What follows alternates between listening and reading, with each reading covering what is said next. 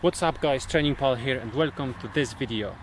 Your chest is probably the most masculine looking muscle group in your body. Having it well developed makes you look big and powerful. Many people struggle to build a big chest with calisthenics, and it is often caused by not training properly. Regular push-up is the most common exercise for chest, and while it is a good exercise, the chest must be hit from many different angles for optimal development. In this video I'm gonna show you a workout that engages middle, sides, lower and upper parts of your chest.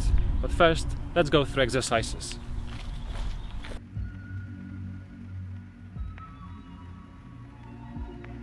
To target your lower chest, you're gonna need to bring your hands down and push up in that direction. When you're in the plank position, that means leaning forward. To make the lean easier for your wrists, you may turn them outside by approximately 45 degrees. Another important aspect of this push-up is to raise your head, push your chest forwards and curve your upper back a little. This may look weird, but what it does is make your hands move in an inclined plane, not a perpendicular one in relation to your chest. And that's exactly what you need to engage your lower chest.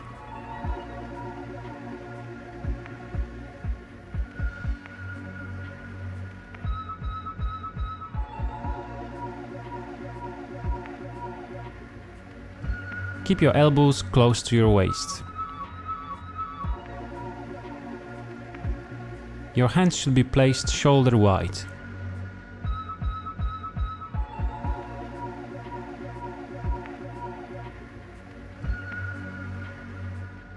The push-up for the upper chest follows the same rules as the one for the lower. Instead of working in a plane perpendicular to your chest, you need to incline it, this time upward. To do it, you're going to need to raise your hips and go down until your upper chest touches the ground. Here you should also curve your upper back a bit and bring your head back.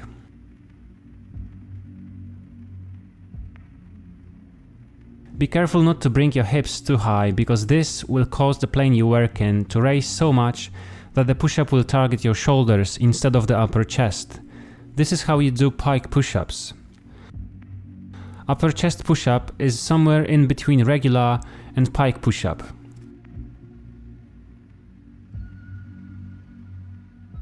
You can move your elbows a bit away from your waist in this push-up as well.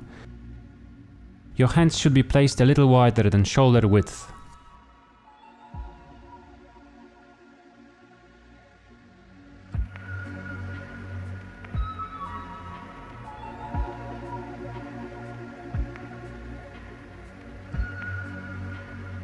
The push-up that targets middle part of your chest is a narrow push-up. Your hands should be close, but not so close as to touch each other. Also, the wrists should be pointing in front of you. Don't bring them too close and turn inside, because that's how you do a diamond push-up that is mainly supposed to engage your triceps. Don't lean forward too much as well. Your hands should be touching your chest a little above the sternum.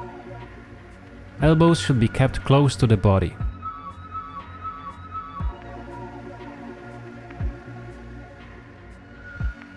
The last exercise, the one that targets sides of the chest, is wide push-up.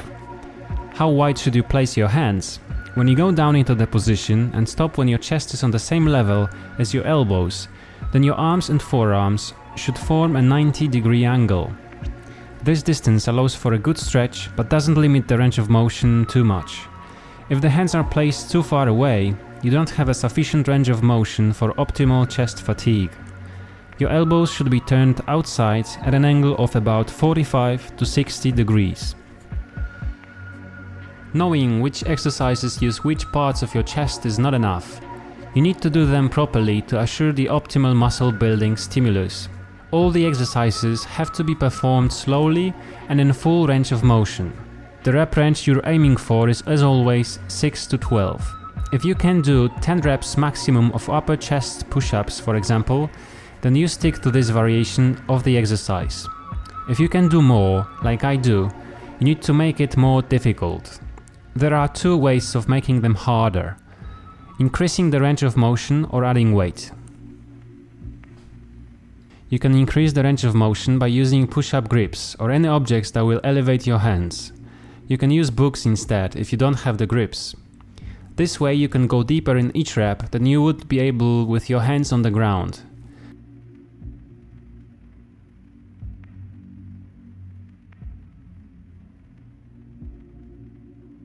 As for adding weight, the best option is to use a weight vest.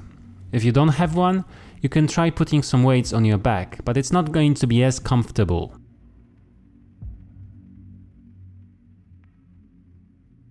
As for the sets, I recommend doing 3 or 4 sets of each variation with about 60 seconds of rest in between. Here's how this workout should look like for someone with my strength and endurance. Of course, this is just a push-up workout that shouldn't take you more than 25 minutes. You can combine it with pull-ups or anything else that you like to make it longer and more demanding.